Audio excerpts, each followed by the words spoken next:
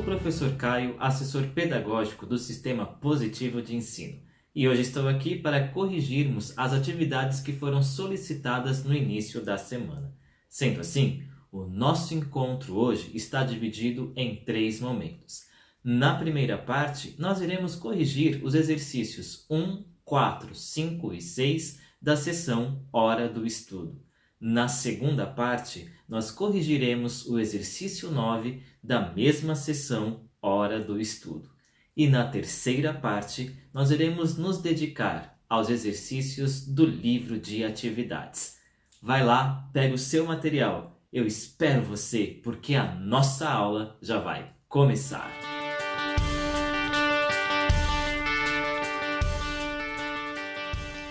Vamos iniciar a correção das nossas atividades, lembrando que nesse nosso encontro nós vamos, na primeira parte, corrigir os exercícios 1, 4, 5 e 6 da página 46 à página 50, a seção Hora do Estudo.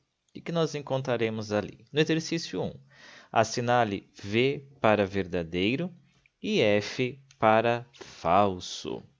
E nós temos ali: o modernismo brasileiro da segunda geração pode ser considerado, primeira afirmação, uma revisão dos avanços no campo das letras, se comparado à primeira geração modernista. Nós não podemos afirmar que a segunda geração fará uma revisão dos avanços no campo das letras, comparando ao que a primeira geração modernista realizou. Na verdade, a segunda geração é beneficiária daquilo que a primeira geração modernista conquistou. Então, a segunda geração segue adiante a partir das conquistas que a primeira geração modernista já havia conquistado. Por isso, a primeira afirmação é falsa. A outra, uma estética totalmente nova em relação ao modernismo que o precedeu. Ora, aqui também nós temos uma afirmação enviesada, porque a segunda geração ela não vai propor uma estética totalmente nova. A segunda geração vai, de novo, se beneficiar das conquistas da primeira geração e aprofundar algumas temáticas. Por isso, a segunda afirmação é falsa. A terceira, uma continuidade no que diz respeito a muitas das inovações poéticas presentes em obras escritas ao longo da primeira fase do modernismo. Aqui sim, nós temos uma proposição verdadeira em relação ao modernismo de segunda geração. A outra, um retorno aos ideais estéticos do parnasianismo. Aqui é uma afirmação pegadinha. Por quê? Porque nós vamos verificar na segunda geração autores que cultuam, por exemplo, o soneto. Contudo, esses autores farão uso dos sonetos ou de algumas formas rígidas, fixas de composição poética, só que não com a perspectiva de um retorno aos ideais estéticos do parnasianismo, mas sim ressignificando essas formas fixas, ressignificando, por exemplo, o soneto. Então, a penúltima afirmação é falsa. Por último, uma ampliação do modernismo, uma vez que, nesse período, surgiram outras manifestações modernistas fora do eixo Rio-São Paulo. Essa afirmação é verdadeira e nós iremos perceber a veracidade dessa proposição quando nós associarmos o estudo que nós fizemos da poética da segunda geração modernista com a prosa na segunda geração modernista, cultuada sobretudo pelo regionalismo. Portanto, a última afirmação é verdadeira e fechamos assim a sequência para o exercício 1. F, F, V, F, V. O exercício 4 nós já havíamos realizado em uma outra ocasião, porém, como estamos diante de uma revisão, achei que fosse interessante nós retomarmos essa atividade. Só para a gente recordar, nós temos ali um fragmento do texto do Carlos Drummond de Andrade, o texto é Antigamente, e eu vou ler o início desse texto só para a gente sentir mais ou menos o que nós vamos encontrar nele. Diz assim: Antigamente, os pirralhos dobravam a língua diante dos pais, e se um se esquecia de arear os dentes antes de cair nos braços de Morfeu, era capaz de entrar no couro. Não devia também se esquecer de lavar os pés, sem tugir nem mugir. E aí segue o texto, eu fui destacando algumas expressões ao longo dessa leitura, porque na tabela, lá no texto 2, nós vamos encontrar assim, palavras do arco da velha, expressão e o seu significado. Cair nos braços de Morfeu, dormir. Debicar, zombar, ridicularizar. Tunda, surra e assim por diante. E aí o comando. Na leitura do fragmento do texto Antigamente, constata-se, pelo emprego de palavras obsoletas, que itens lexicais outrora produtivos não mais o são no português brasileiro atual. Esse fenômeno revela que itens lexicais é o que nós podemos chamar aqui nesse contexto de palavras ou expressões. Então, esse fenômeno revela que a língua portuguesa de antigamente carecia de termos para se referir a fatos e coisas do cotidiano. Nós não podemos afirmar isso porque a língua, a seu contexto, ela dá conta de nomear, enfim, de dizer daquela realidade na qual os sujeitos estão inseridos. Portanto, a afirmação A é falsa. B. O português brasileiro se constitui evitando a ampliação do léxico proveniente do português europeu. Essa afirmação também é enviesada no que diz respeito ao que nós temos nos dois textos, texto 1 e texto 2. C. A heterogeneidade do português leva a uma estabilidade do seu léxico no eixo temporal. Ora, se o português é heterogêneo, nós não vamos dizer que existe aí uma estabilidade, porque o léxico está sempre se renovando. Por isso, a sentença C não é verdadeira. O português brasileiro apoia-se no léxico inglês para ser reconhecido como língua independente, que é uma grande bobagem. De fato, não tem nada a ver o que essa afirmação diz. Cada língua é independente por si mesma, não precisa de se apoiar em outra língua para ter ali a sua independência na constituição de uma língua. Portanto, D é falsa. Por fim, o léxico do português representa uma realidade linguística variável e diversificada. Essa sim é a afirmação que nós vamos considerar correta. Portanto, para o exercício 4, afirmação E. Seguindo, exercício 5. O sentimento amoroso é um tema inesgotável e tem influenciado muitas das produções artísticas, incluindo a poesia e a canção. Leia os dois textos abaixo e responda aos itens a seguir. E nós temos lá o Soneto da Separação, que foi lido na nossa aula, e o texto 2, de Chico Buarque, que diz assim: Por que me descobriste no abandono? Com que tortura me arrancaste um beijo? Por que me incendiaste de desejo quando eu estava bem, morta de sono? Com que mentira abriste meu segredo? De que romance antigo me roubaste? Com que raio de luz me iluminaste quando eu estava bem, morta de medo. Por que não me deixaste adormecida e me indicaste o mar? Com que navio e me deixaste só? Com que saída? Por que desceste ao meu porão sombrio? Com que direito me ensinaste a vida, quando eu estava bem, morta de frio? E nós temos ali as afirmações. Precisamos de dizer se elas são verdadeiras ou falsas. Vamos lá. Tanto Vinícius de Moraes quanto Chico Buarque de Holanda foram letristas e literatos, e ambos estão localizados na segunda fase do modernismo brasileiro. O Vinícius de Moraes, sim, ele está localizado na segunda fase do modernismo, mas o Chico Buarque não, embora ambos sejam letristas e literatos. Então, a primeira afirmação é uma afirmação falsa. Segunda, o soneto de Vinícius de Moraes expressa de forma suave e equilibrada uma série de sentimentos dolorosos que estão associados à separação de dois amantes.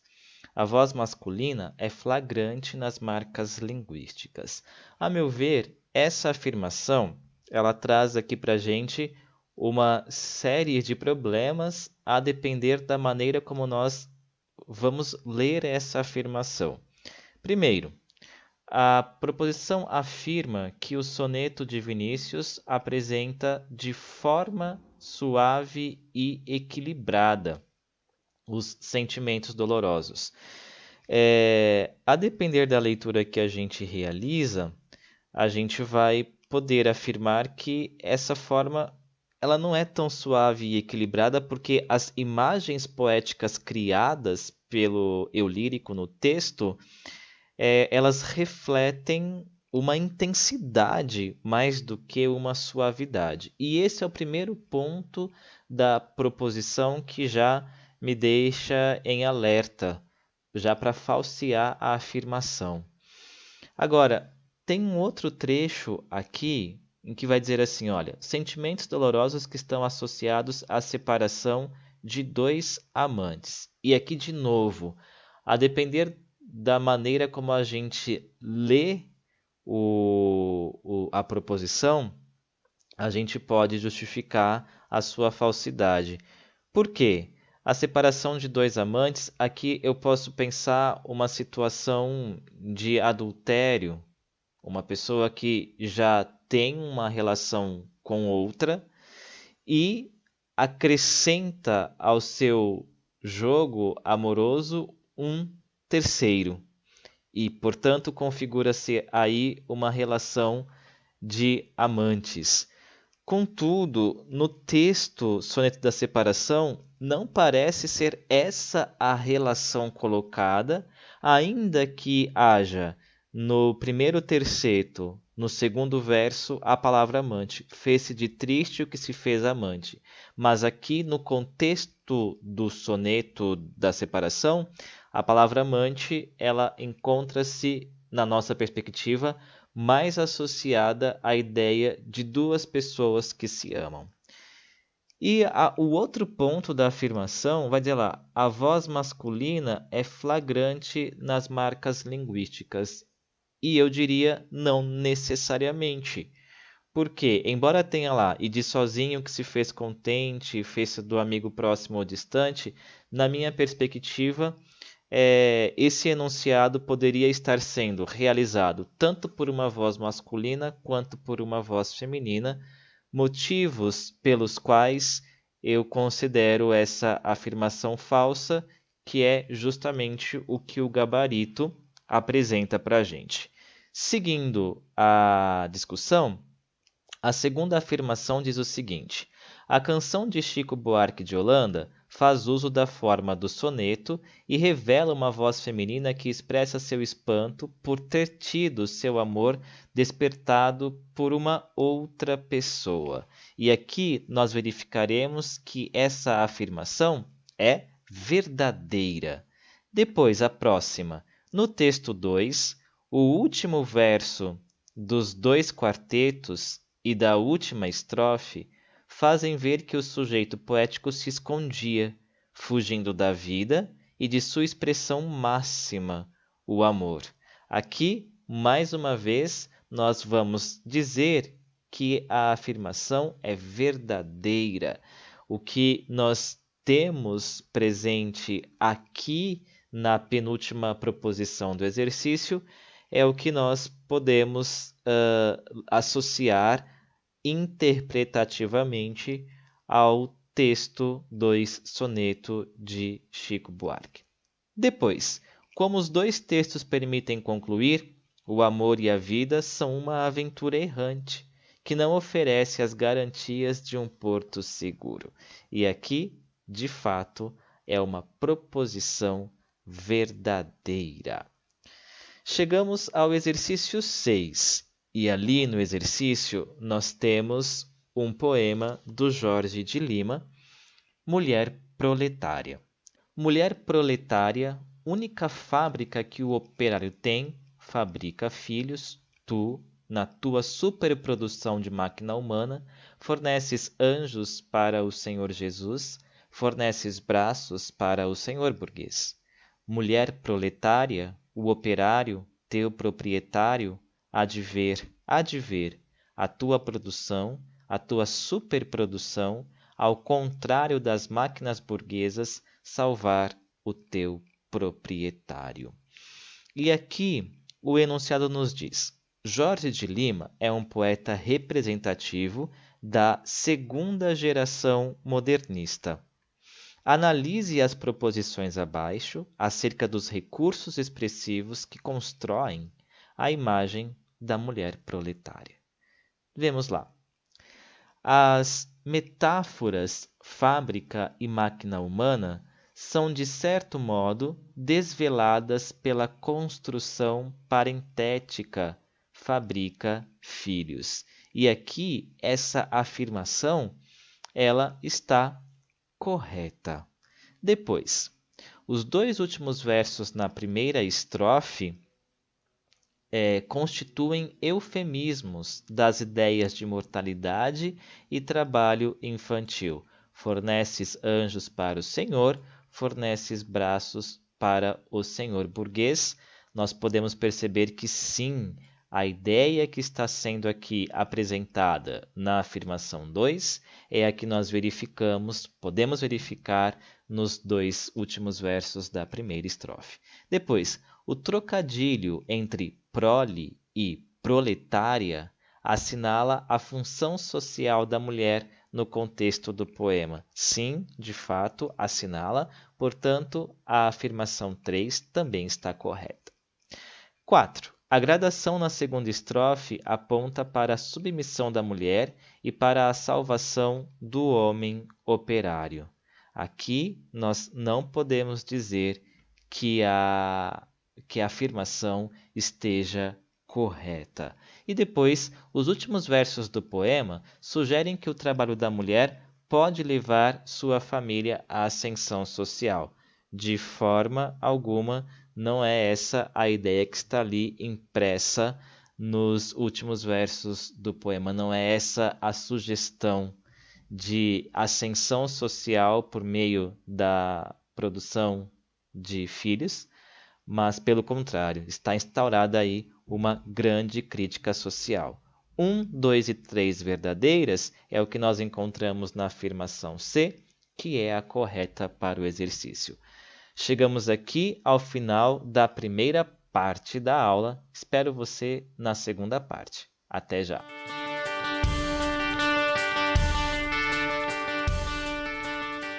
Nessa segunda parte da nossa correção, vamos nos dedicar ao exercício 9 da página 50. O que nós encontramos no exercício? Releia o poema Mãos Dadas, publicada por Drummond em 42, e responda ao que se pede. Esse texto nós lemos em aula e diz assim: Mãos dadas. Não serei o poeta de um mundo caduco. Também não cantarei o mundo futuro. Estou preso à vida e olho meus companheiros. Estão taciturnos, mas nutrem grandes esperanças. Entre eles, considero a enorme realidade. O presente é tão grande, não nos afastemos. Não nos afastemos muito. Vamos de mãos dadas. Não serei o cantor de uma mulher, de uma história, não direi suspiros ao anoitecer, a paisagem vista da janela. Não distribuirei entorpecentes ou cartas de suicida. Não fugirei para as ilhas, nem serei raptado por serafins. O tempo é a minha matéria, o tempo presente, os homens presentes, a vida presente. Considerando o contexto da Segunda Guerra Mundial em que o poema foi escrito, explique o sentido dos 4 primeiros versos. Portanto, não serei poeta de um mundo caduco, não cantarei o mundo futuro, estou preso à vida e olha meus companheiros, estão taciturnos, mas nutrem grandes esperanças. O que nós podemos dizer sobre esses versos? Vejam, os primeiros versos do poema Mãos Dadas dizem respeito ao compromisso do eu lírico em se preocupar com os problemas da atualidade, não com o passado, nem com o que ainda não aconteceu. Além disso, o fato de os companheiros estarem taciturnos, mas conservarem grandes esperanças, se refere à necessidade de continuar lutando mesmo diante das dificuldades. Destacamos aqui, portanto, essa ideia, um eu lírico que está preocupado com os problemas da atualidade. Seguindo o exercício, na letra B, no início da segunda estrofe, o eu poético faz referência a um estilo de determinada época, quando afirma que não cantará uma mulher nem uma história, e que não suspirará ou fugirá para ilhas. Identifique que estética é essa e explique como chegou a essa resposta. Olha só, nos versos indicados, a gente pode perceber que o poema Mãos Dadas faz referência ao romantismo e, ao fazer uma referência a essa escola literária, ele acaba negando os princípios estéticos desse período literário. As histórias de amor suspirantes, bem como a evasão, o escapismo, indicada pela fuga para ilhas, comprovam essa ideia. A ideia de que o poeta se refere ao romantismo. Item C. Considerando o contexto da época e a posição assumida pelo eu poético, justifique o título do poema. Então a gente poderia dizer assim, olha, diante de um período tão conturbado e difícil como o da Segunda Guerra Mundial, o eu lírico, o eu poético propõe que não haja escapismo, aquela ideia da fuga, um princípio romântico, mas ao contrário, uma luta contínua e de todos contra a ameaça da guerra. E aqui é aquela ideia do engajamento político que a gente verifica, político e social, que a gente verifica nos poetas de segunda geração. É por isso que ele apela para a coletividade. De novo, nós falávamos isso na aula, é a ideia de que o indivíduo não está sozinho, ele interage, ele está imerso num corpo maior que é o corpo social. Por isso, não nos afastemos muito, vamos de mãos dadas, pois só assim seria possível encerrar a guerra e retomar a paz.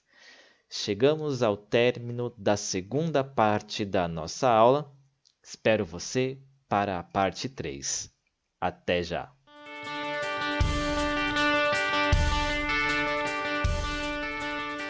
Na parte 3 da nossa aula, corrigiremos os exercícios do livro de atividades, exercícios 1, 4, 6 e 9, página 10 a 13. Que nós encontraremos ali. No exercício 1, sobre os principais autores da segunda fase do modernismo brasileiro, relacione as colunas. Temos lá 1, Carlos Drummond de Andrade, 2, Cecília Meirelles, 3, Vinícius de Moraes e 4, Mário Quintana. Primeira afirmação. Sua primeira fase se caracteriza pela angústia religiosa. enquanto a segunda é marcada pelo cotidiano e pela incorporação da figura feminina. Olha, nós discutimos isso daqui em aula. Um primeiro momento em que nós vamos verificar uma angústia religiosa e depois a presença do cotidiano e da figura feminina. O poeta também é reconhecido por suas composições musicais, tendo sido um dos responsáveis pela criação da bossa nova, e na aula em que nós falamos sobre esse autor, até deixei um QR Code para que vocês pudessem acessar uma parte do repertório dele, que é Vinícius de Moraes. Então aqui, número 3. Segunda afirmação, conciliou o humor com temas do cotidiano, como a vida, a morte, a infância e o amor. A manutenção de uma produção mais tradicional é compensada pelo uso de uma linguagem extremamente simples, temáticas que tratam da vida, da morte, da infância e do amor, marcada ali por uma simplicidade.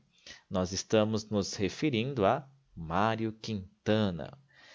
Número 4, portanto, para essa afirmação. Depois, sua poesia é predominantemente subjetiva, expressando o mundo interior. Sua visão de mundo revela uma preocupação com a fugacidade do tempo e a precariedade das coisas e dos seres. Poesia predominantemente subjetiva, nós vamos verificar nela Cecília Meirelles. Então, aqui, número 2. E para fechar, considerado um dos maiores escritores brasileiros e da literatura ocidental do século XX, é o poeta do sentimento do mundo, que observa a vida como ela é, sem mistificação. Em sua lírica impera o tom pessimista. E aqui nós estamos falando de Carlos Drummond de Andrade.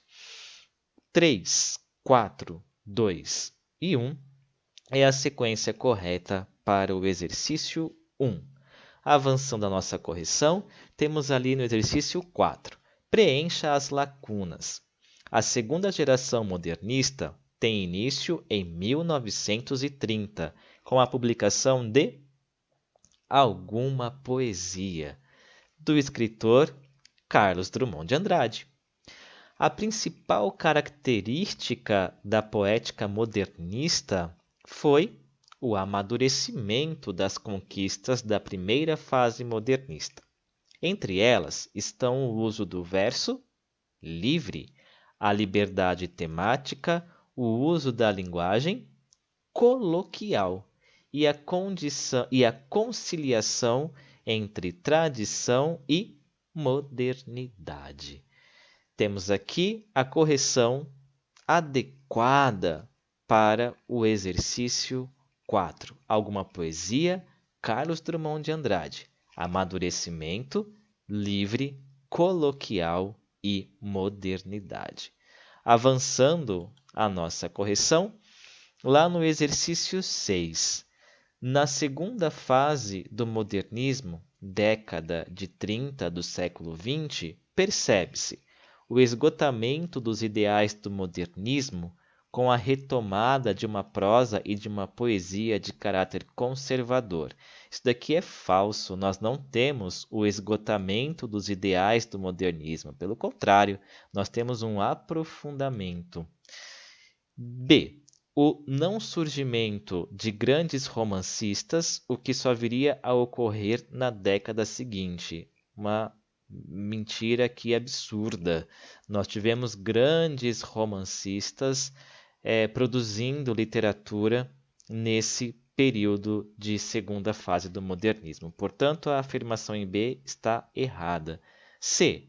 A renovação significativa da poesia e da prosa, graças a nomes como Carlos Drummond de Andrade e Graciliano Ramos. Nós não chegamos a discutir a prosa da segunda geração modernista, mas a poesia sim. Por isso que a gente já pode afirmar que essa afirmação ela está correta.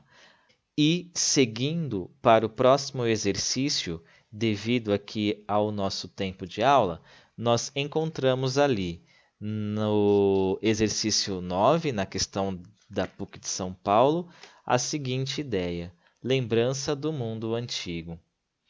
Clara passeava no jardim com as crianças, o céu era verde sobre o gramado, a água era dourada sob as pontes, outros elementos eram azuis, róseos, alaranjados.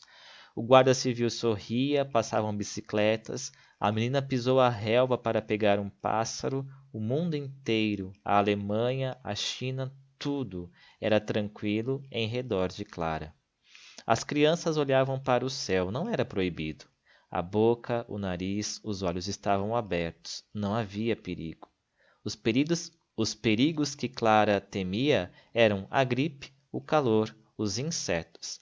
Clara tinha medo de perder o bonde das 11 horas. Esperava cartas que custavam chegar. Nem sempre podia usar vestido novo, mas passeava no jardim pela manhã. Havia jardins. Havia manhãs naquele tempo.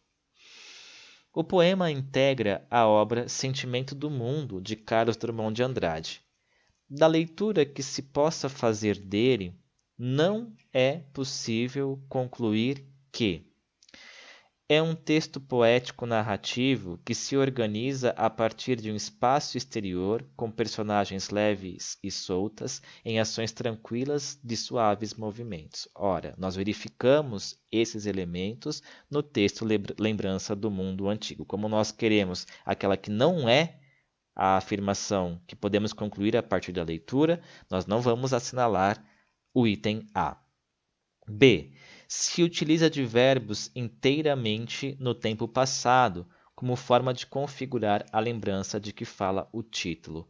O item B também traz para a gente uma afirmação verdadeira, por isso nós não iremos assinalá-lo. Item C. Indicia por exclusão um tempo presente, marcadamente oposto ao configurado no poema. Certamente é o que nós verificamos ao fazermos a leitura do referido poema. Por isso, nós não vamos assinalar o item C. D. Metaforiza o tempo e o espaço como elementos simbólicos de uma felicidade perdida. Exatamente isso nós também podemos dizer, nós podemos afirmar do texto Lembrança do Mundo Antigo. Portanto, resta para a gente o item E. Opera com linguagem fundamentalmente referencial, marcada por estrutura lógica e distante de qualquer representação simbólica e poética. Não é verdade? Nós estamos aqui diante do discurso poético, o discurso marcado pela conotatividade. Nós temos aqui, portanto, uma afirmação que não condiz com aquilo que nós verificamos no texto 9. Por isso, para o exercício 9, a alternativa que nós iremos assinalar é a alternativa E. Chegamos aqui ao término de mais uma aula. Desejo a você um excelente restante de semana, bons estudos. E eu pediria licença para que, neste momento, eu possa fazer um agradecimento a você que esteve comigo ao longo dessas semanas, nessa temporada do SPE com você, discutindo literatura. Hoje é o meu último dia nessa temporada, mas lembre-se, você é o maior responsável da sua aprendizagem. Por isso, espero mesmo que você continue se dedicando aos seus estudos, na certeza de que a qualquer hora nós nos encontraremos. Grande abraço, muito obrigado e até mais. Tchau, tchau!